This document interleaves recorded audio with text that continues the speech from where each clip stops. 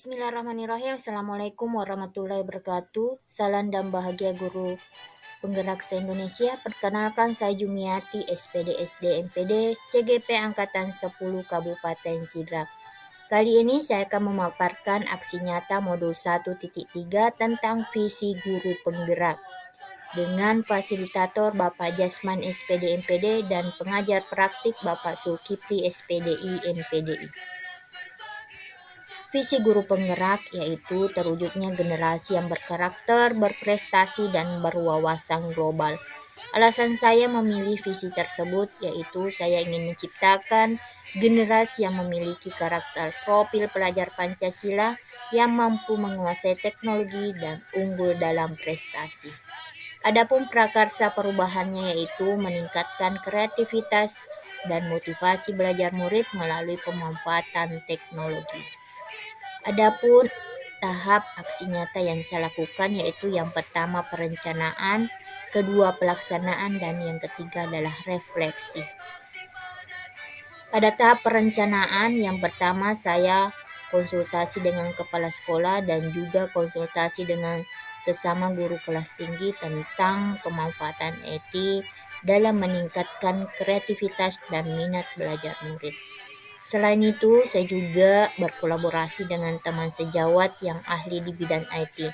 Hal ini saya lakukan untuk berbagi pengalaman tentang model atau metode pembelajaran yang tepat dengan memanfaatkan teknologi untuk meningkatkan kreativitas dan motivasi belajar murid. Selanjutnya adalah tahap pelaksanaan. Nah, dalam tahap pelaksanaan ini yang saya lakukan yaitu seperti biasa sebelum belajar, anak-anak dibiasakan untuk berdoa sebelum belajar. Ini memupuk karakter religius bagi anak. Setelah itu saya akan menyampaikan tujuan pembelajaran dan mengadakan persepsi. Dilanjutkan dengan menjelaskan materi pelajaran dan aplikasi yang dapat digunakan untuk membuat video. Selanjutnya saya arahkan anak-anak untuk berdiskusi dan menyelesaikan tugas secara berkelompok. Di sini anak dilatih untuk berkolaborasi dengan teman-teman yang ada dengan teman kelompoknya. Selanjutnya di bagian akhir saya adakan evaluasi dengan menggunakan IT melalui media kuisis. Seperti berikut hasil karya murid saya. Yang pertama adalah membuat poster dengan menggunakan aplikasi Canva. Jadi mereka membuat poster tentang gaya hidup sehat. Selanjutnya ada beberapa hasil karya berikut ini. Air di laut, sungai, danau menguap akibat panas dari sinar matahari. Proses penguapan ini disebut evaporasi. Tumbuhan juga mengeluarkan uap air ke udara. Uap air dari permukaan bumi naik berkumpul di udara. Lama-kelamaan, udara tidak dapat lagi menampung uap air. Proses ini disebut presipitasi. Ketika suhu udara turun, uap air akan berubah menjadi titik-titik air. Titik-titik air ini berbentuk awan.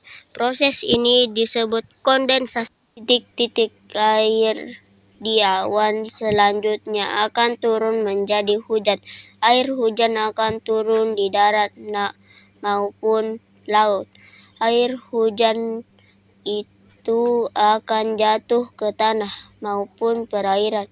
Air hujan yang jatuh di tanah akan meresap menjadi air tanah. Selanjutnya, tanah akan keluar melalui sumber.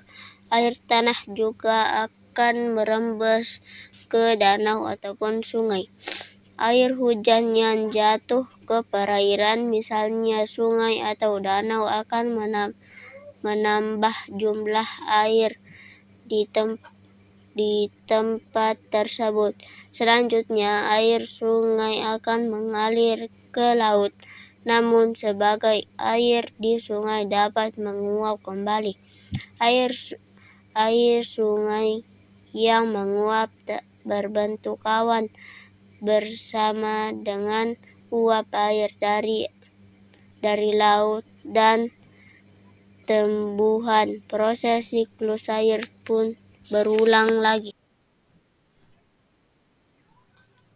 Assalamualaikum warahmatullahi wabarakatuh. Perkenalkan, nama saya Andi Muhammad Ridho Ishak. Saya akan menjelaskan di dalam pencernaan di dalam tubuh manusia.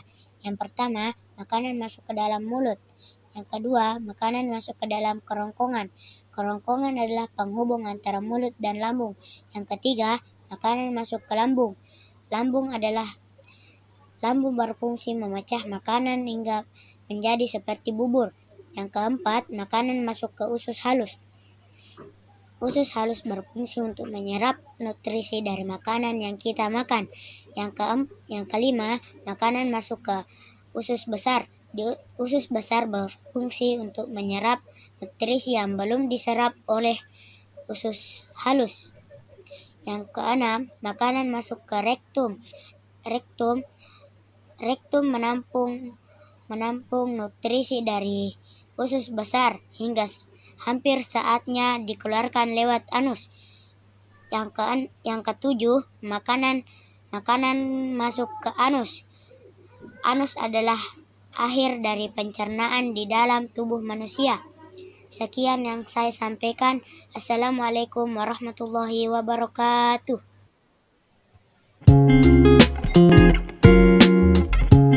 Ayo minum Milo dengan coklat yang nikmat, mengandung berbagai nutrisi. Milo, nutrisi untuk tumbuh aktif dan berenergi.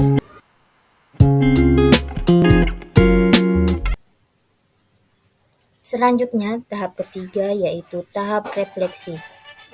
Pada tahap refleksi ini, saya mengajak murid untuk melakukan refleksi di akhir pembelajaran. Mereka akan memaparkan perasaannya dan juga ilmu atau pengetahuan baru yang mereka miliki dapatkan selama proses pembelajaran. Kemudian saya juga mencari tahu kelebihan dan kekurangan pembelajaran yang telah saya lakukan. Demikian pemaparan aksi nyata yang saya lakukan. Semoga bermanfaat. Terima kasih. Wassalamualaikum warahmatullahi wabarakatuh.